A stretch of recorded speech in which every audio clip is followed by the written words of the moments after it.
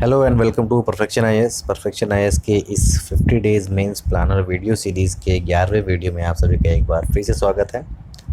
आज के इस वीडियो में हम देख रहे हैं ई शासन, ई गवर्नेंस पे क्वेश्चन। बट इससे पहले आपको बता देना चाहते हैं कि इस क्वेश्चन का पीडीएफ आपको हमारे टेलीग्राम चैनल में मिल जाएगा। उस टेलीग्राम चैनल से जुड़ने के लिए डिस्क्रिप्शन बॉक्स में दिए गए लिंक पर आप क्लिक कर सकते हैं। परफेक्शन आईएएस 66 बीपीएससी मेंस की परीक्षा के लिए ऑनलाइन और ऑफलाइन दोनों टेस्ट सीरीज़ चला रहे हैं। उससे जुड़ने के लिए आप हमारे डिस्क्रिप्शन बॉक्स में दिए गए नंबर्स पर कांटेक्ट कर सकते हैं। तो चलिए शुरू करते हैं आज के इस प्रश्न को। ई शासन से आप क्या समझते हैं, यानी कि ई गवर्नेंस, और बिहार में ई शासन के क्रियान्वयन की स्थिति का परीक्षण करना है। यानी कि हमको पहले बताना है कि ई गवर्नेंस क्या है।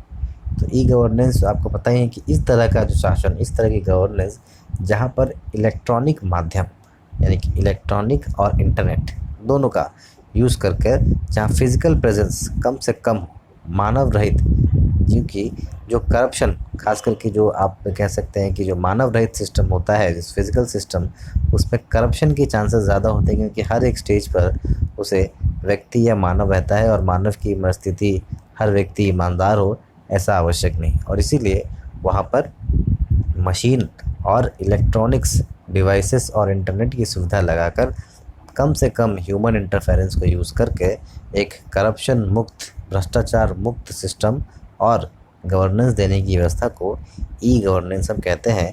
जहाँ पर आईसीटी हो या आईओटी यानी कि इंफॉर्मेशन कम्युनिकेशन टेक्नोलॉजी, या फिर आईओटी हो, इंटरनेट ऑफ थिंग्स, दोनों का इस्तेमाल किया जाता है। ठीक है। अब ई शासन की जो है अंतर क्रिया क्या होती है, तो ये प्रमुख 4 तरह की होती है। गवर्नमेंट टू कस्टमर यानी कि G2C, government to citizen, government to business, business to business and government to system. ठीक है। तो आगे हम देखते हैं 3-3। तो पहला है गवर्नमेंट टू सरकार यानी कि गवर्नमेंट टू सिटीजन।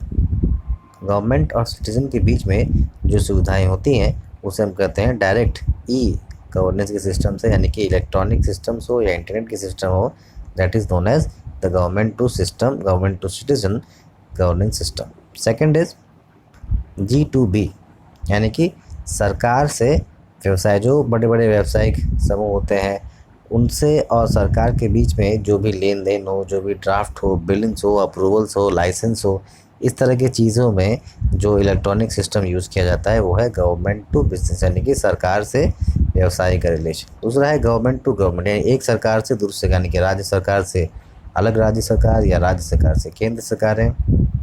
और अंतर रहा गवर्नमेंट टू एम्प्लॉय यानी कि राज्य और उनके कर्मचारी अतिरिक्त। इसके कुछ लाभ होते हैं, जैसे कि सुशासन हो गया, सबसे इम्पोर्टेंट होता है सुशासन। फिर होता है कि जल्दी से काम यानी कि समय सीमा अच्छी होती है। दूसरा करप्शन में कमी होती है, जवाबदेही बनी रहती है, पारदर्शिता, अकाउंटेबिलिटी, इन सारी चीज़ों में लागत में कमी आती है। जानकारी में पहुंच में यानी जो पब्लिक अवेयरनेस होती है वहाँ आगे बढ़ती है। अगर प्रति व्यक्ति अगर हम देखें तो जीडीपी के संदर्भ में बिहार सब भले ही बहुत पिछड़ा है, सबसे पिछड़ा है प्रति व्यक्ति जीडीपी के आय में, यानी पर कैपिटा इनकम है वो बिहार में बहुत कम है। लिटरेसी बहुत कम है, लेकिन फिर भी ई गवर्नेंस में बिहार जो है वो अग्रणी राज्यों में है। इसकी कैलकुलेशन है और इस उदाहरण से हम इसको और अधिक रूप से स्पष्ट कर सकते हैं। जैसे कि जो हमारा कृषि विश्वविद्यालय BAU राष्ट्रीय ई शासन पुरस्कार 2020 से इसको सम्मानित किया गया है सबौर को। बिहार की जो जानकारी कॉल सेंटर नाम की जो परियोजना है उसे ई शासन के लिए स्वर्ण पदक मिला हुआ है।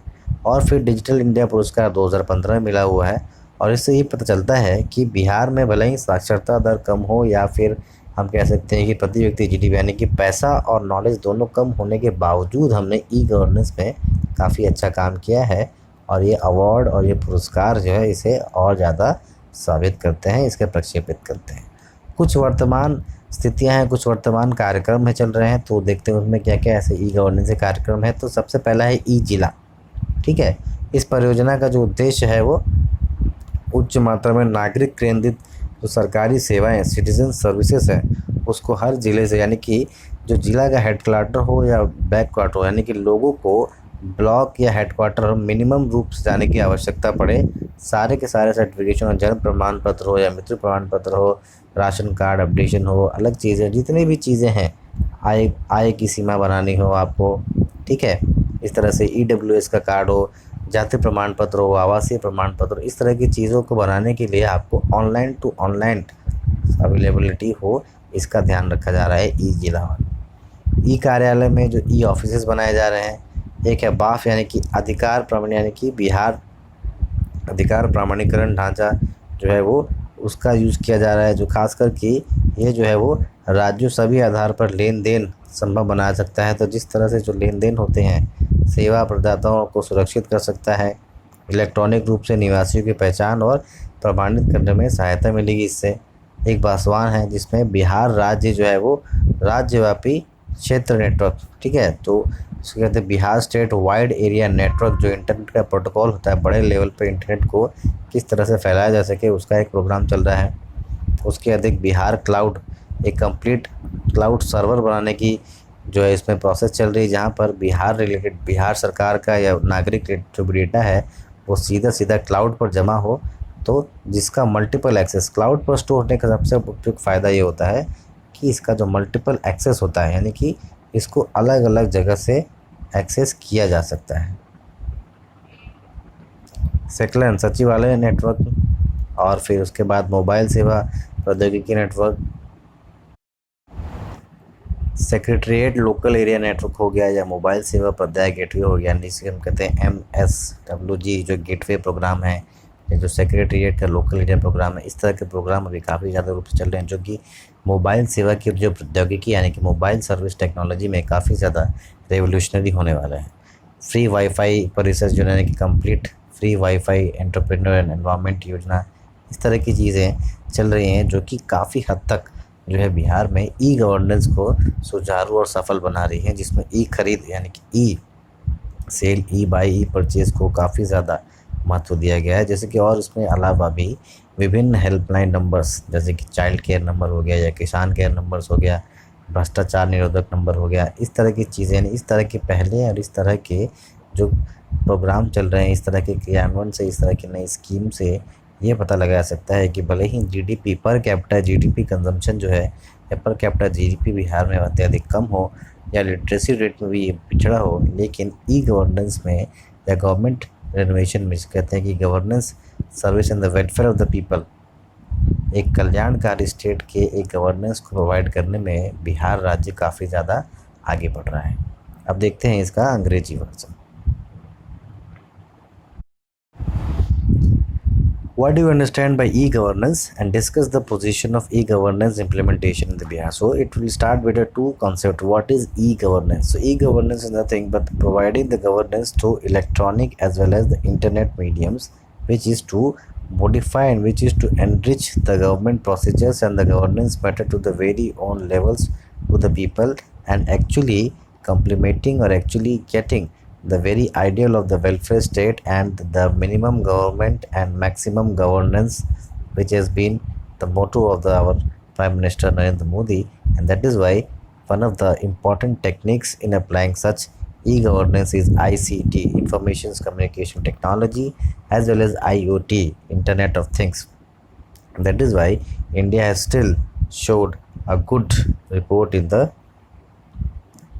improvement in the e-governance, but still we are not that much up to good, but still the improvement is going on, like just the ease of doing business and ease of innovation index, and that is why we are also being making progress in the e-governance index, but still that is not that much good because we ranks 100, and that is why we need to improve, but still we are improving, and that is a positive sign. Now interaction in e-governance can be categorized into 4 different types, and first is G2C, that is government to citizen, that is a relation or the services provided by the government to the citizens and the feedbacks by the citizen to the government.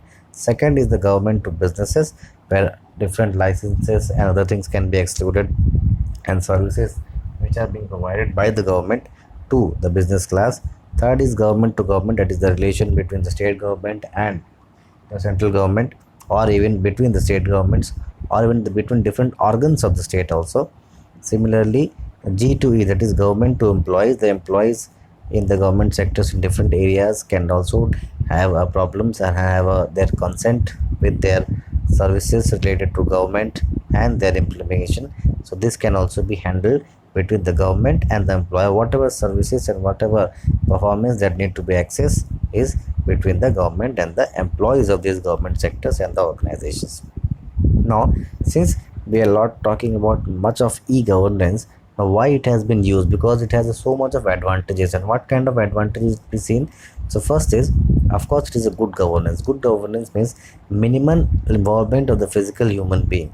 And since there is a minimal involvement of the physical human being and technology is only accepted in, and it has been said that technology has no caste, no religion, no bias.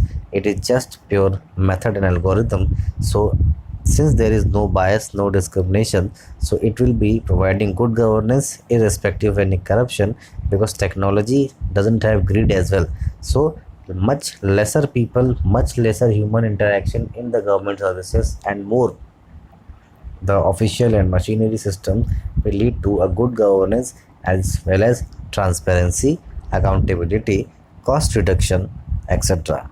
Now, what is the increased access to information? Because e-government improves the accessibility of the government information to all the citizens, because it is easier to get these informations from all of the part of the life, since there is no barrier and since there is no particular medium to carry the information. It is available to everybody at any point of time, which leads to more and more public awareness, especially in the remote village areas where it is very difficult to come to the village headquarters or even the district headquarters to get informed about the various schemes and programs and organizations or methods.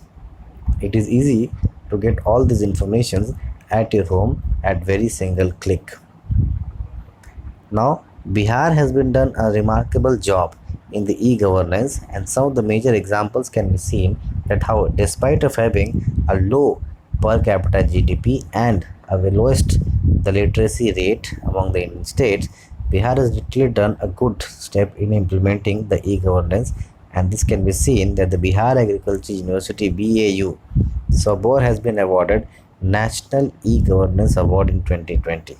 Okay, Bihar has been conferred with e-governance gold medal for the project called Jankari Call Center. Similarly, it has also got an award in 2015 for the Digital India Award. All of the BharatNet project or Bharatmala project, these are all running very smoothly under the Digital India program. And that is why above instance shows the glory of Bihar in this field.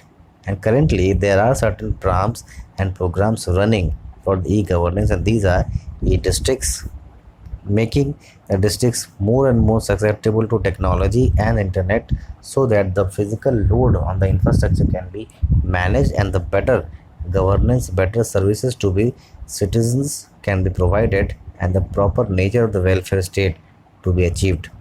E-office, Bihar Aadhaar identification and framework.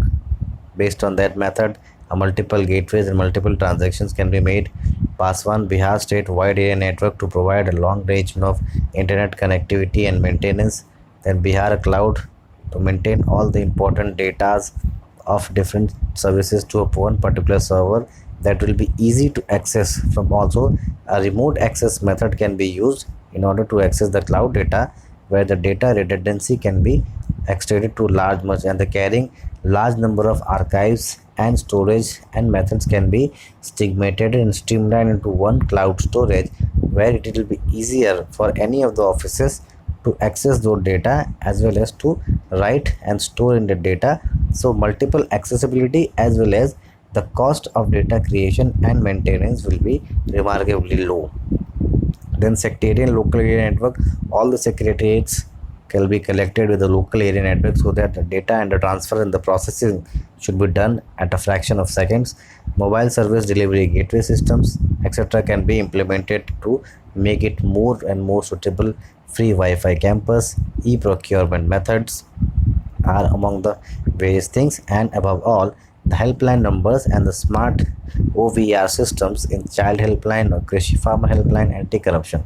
So schemes like Digital India or Har Ghar Tak Fiber, these are actually as bridging the digital divide in the rural and the urban Bihar as well as India and the Bihar, and that is going to increase and that is going to improve the situation of governance in Bihar, which is further going to lead to a better outside investment in the other fields, and that is going to not only help in technology, but it is also going to rise the economy and the GSDP of the Bihar. So this was the 11th question. We'll see you in the 12th question. Till then, stay home, stay safe, take care.